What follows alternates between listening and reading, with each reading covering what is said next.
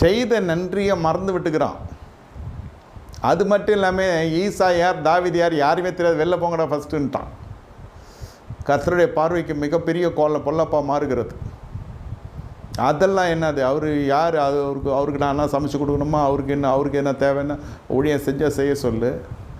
அவர் இந்த மாதிரி ஊழியம் செய்ய கர்த்தர் சொன்னார்னா அவர் கர்த்தரே கொடுப்பாரு. இது என்னது, இதெல்லாம் எனக்கு பிடிக்காது, கர்த்தர் என்கிட்ட பேசட்டும். நெருக்கப்பட்ட காலத்தில் தஞ்சமாய் புகுந்த தேவனுடைய சமூகம், எந்த ஊழியத்தை நீங்கள் சார்கிறீங்க, எந்த ஊழியக்காரனை கர்த்தர் எழுப்புகிறார் சொல்கிறேன்.